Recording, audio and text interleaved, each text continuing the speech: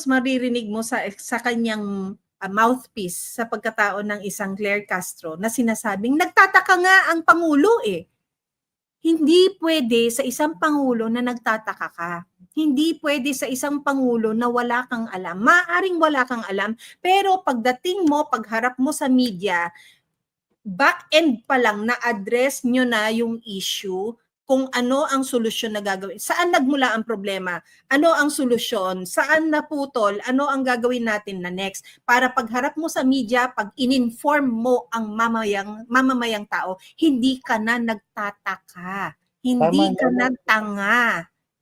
Tama yung magtataka ka o tapos ano gagawin mo? 'Di ba? Ano gagawin mo? Alam mo, natatandaan ko, meron ako isang unang boss, yung pangalawang trabaho ko. No?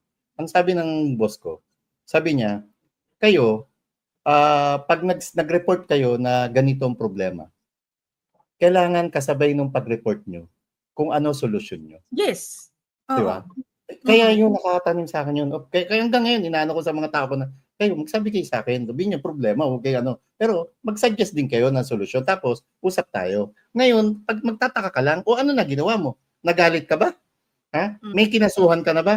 Hanggang ngayon, yung ICI, yung flood control project, di ba? Hindi ka nagtaka kung saan galing yung 5,500 flood control projects mo na iniyabang mo sa nakalipas na State of the Nation address. Tapos ngayon, nagtataka ka pa rin na 22 classrooms lang yung naipagawa mo ngayong taong ito. Diba? Napaka-inutil mo talaga, Marcos Jr. Sobra. Ganyan din